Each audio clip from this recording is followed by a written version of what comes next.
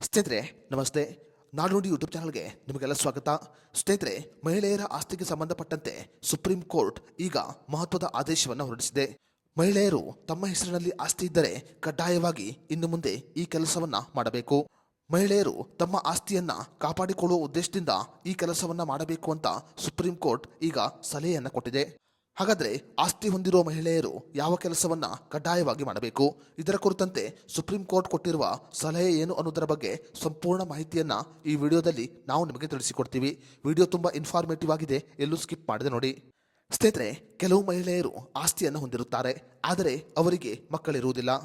ಯಾವುದೇ ಮಕ್ಕಳಿಲ್ಲದ ಮಹಿಳೆಯ ಆಸ್ತಿಯನ್ನ ದುರುಪಯೋಗ ಮಾಡಿಕೊಳ್ಳಬಾರದು ಅನ್ನುವ ಉದ್ದೇಶದಿಂದ ಈಗ ಸುಪ್ರೀಂ ಕೋರ್ಟ್ ಮಹತ್ವದ ಆದೇಶವನ್ನು ಹೊರಡಿಸಿದೆ. ಇನ್ನು ಮುಂದೆ ಮದುವೆಯಾದ ಮಹಿಳೆಯರು ತಮ್ಮ ಆಸ್ತಿಗೆ ಸಂಬಂಧಪಟ್ಟಂತೆ ವಿಲ್ ಬರೆಯುವುದು ಕಡ್ಡಾಯವಾಗಿದೆ. ಮಹಿಳೆಯಾದವಳಿಗೆ ಮಕ್ಕಳು ಇಲ್ಲದೇ ಇದ್ದರೆ ಆ ಮಹಿಳೆ ತನ್ನ ಆಸ್ತಿ ಯಾರಿಗೆ ಸೇರಬೇಕು ಅಂತ ವಿಲ್ ಬರೆಯಬೇಕು. ಈ ರೀತಿಯಾಗಿ ವಿಲ್ ಬರೆಯುವುದರಿಂದ ಆಕೆ ತನ್ನ ಆಸ್ತಿಯನ್ನ ದುರುಪಯೋಗ ಆಗದಂತೆ ತಡೆಗಟ್ಟಬಹುದು.